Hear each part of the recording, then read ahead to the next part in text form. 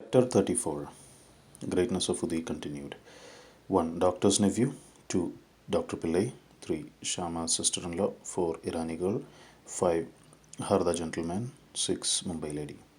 This chapter continues the subject, greatness of Udi, and describes the cases in which the application of Udi was most efficacious. Doctor's nephew. In Malegaon district Nasik, there lived a doctor, qualified and degree holder. His nephew suffered from an incurable disease, tuberculosis bone abscess. The doctor, along with his relatives and medical practitioners, tried all sorts of remedies and even surgery. There was no relief and no end to the little boy's suffering.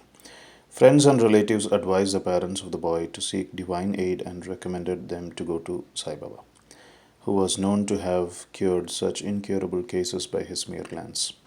The parents therefore came to Shirdi. They prostrated themselves before Baba, placed the boy before him, and comforted them, saying, "Those who resort to this masjid shall never suffer anything in this life to the end of time. Now do not worry. Apply Udi on the abscess, and within a week he will recover. Believe in God. This is no masjid but Dwarkamai.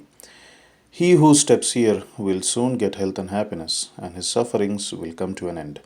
The boy was made to sit before Baba, who moved his hands on the affected part and cast his loving glances on him.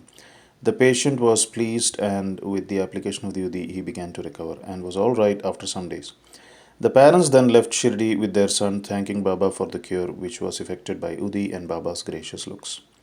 After knowing this, the doctor, the uncle of the boy, became wonderstruck and desired to see Baba. While he was on his way to Mumbai for some business at Malegaon and Manmad, somebody spoke to him against Baba and poisoned his ears.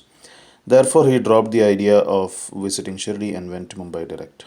He wanted to spend the rest of his leave at Alibag, but at Mumbai he heard for 3 consecutive nights a voice, "Still you disbelieve me?" Then the doctor changed his mind and resolved to go to Shirdi. He had to attend a case of an infectious fever in Mumbai, which showed no signs of quick abatement, so he thought that his Shirdi trip would be postponed. He, however, postponed a test in his mind and said that if the patient gets all right by today, I will start for Shirdi tomorrow. The wonder is that exactly from the time when the determination was done, the fever began to abate and the temperature became normal. Then he went to Shirdi, as per his determination, took Baba's darshan and prostrated himself before him. Baba gave him such experiences that he became his devotee. He stayed there for 4 days and returned home with Baba's Udi and blessings. Within a fortnight, he was transferred on promotion to Bijapur. His nephew's case gave him an opportunity for seeing Baba, and this visit granted him a never failing love for the saint's feet. Dr. Pillai. One Dr. Pillai was an intimate devotee of Baba. He was much liked by Baba, who always called him Bhau, brother.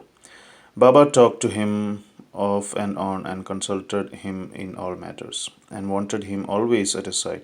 This Pillai suffered once very badly from guinea worms. He said to Kaka Sahib Dikshit, "The pain is most excruciating and unbearable. I prefer death to it.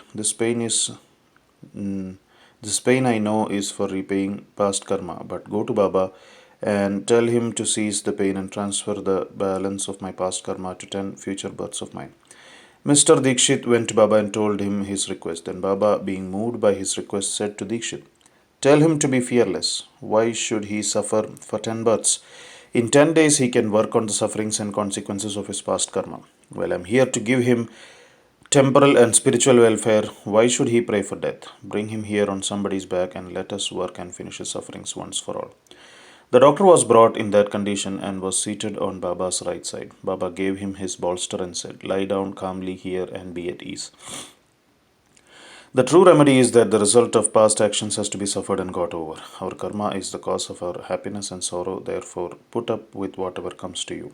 Allah, God, is the sole dispenser and protector. Think of Him always. He will take care of you. Surrender to Him with body, mind, and speech, and then see what He does." Dr. Pillai said that Nana Sahib had put a bandage over the leg, but he had no relief. "Nana is a fool," replied Baba. "Take off that bandage or else you will die. Now a crow will come and peck at you, and then you will recover." While this conversation was going on, Abdul, who always cleaned the masjid and trimmed the lamps, turned up. While he was attending to his work, his foot accidentally fell upon the stretched leg of Dr. Pillai. The leg was already swollen, and when Abdul's foot fell upon it and pressed it, all the 7 guinea worms were squeezed out at once. The pain was unbearable, and Dr. Pillai cried out loudly. After some time, he calmed down and began to sing and cry alternatively. Then Pillai inquired when the crow was coming and pecking. Baba said, "Did you not see the crow? He won't come again. Abdul was the crow. Now go and rest in the wada, and you will be soon all right." By application of the udi and by taking it orally with water without taking any other treatment or medicine, the disease was completely cured in 10 days, as assured by Baba. Shama's sister in law. Shama's younger brother, Bapaji, was staying near the Savli Vihir. Once his wife was attacked by bubonic plague. She had high fever and two buboes in her groins. Bapaji rushed to Shama at Shirdi and asked him to come and help. Shama was frightened, but according to his wont custom, he went to Baba, prostrated himself before him to invoke his aid by requesting him to cure the case. He also asked his permission to go to his brother's house. Then Baba said, "Don't go there at this late hour. Send her the Udi. Why care for the fever and buboes? God is our father. She will be all right easily. Do not go now. Go there in the morning and return immediately." Shama had full faith in Baba's Udi. It was sent with Bapaji. It was applied on the buboes, and some of it was mixed with water given to the patient for drinking. No sooner was it taken in, perspiration set in profusely, the fever abated, and the patient had a sound sleep. Next morning, Bapaji was surprised to see his wife all right, with no fever and no buboes. When Shama went there next morning with Baba's permission, he was also surprised to see her in the kitchen preparing tea. On questioning his brother, he learnt that Baba's Udi cured her completely in one night. Then Shama realized the significance of Baba's words: "Go there in the morning and return immediately." After taking tea, Shama returned and after saluting Baba said, "Deva, what is this play of yours? You first raise a storm and make us restless and then calm it down and comfort us." Baba replied, "You see, mysterious is the path of action. Though I do nothing, they hold me responsible for the actions which take place on account of prarabdha, destiny. I am only their witness. The Lord is the sole doer and inspirer. He is most merciful. Neither I am God nor master. I am his obedient servant and remember him constantly. He who casts aside his egoism and thanks him, and he who trusts him entirely will have his shackles removed and will obtain liberation." Irani's daughter. Now read the experience of an Irani gentleman. His young daughter got fits every hour.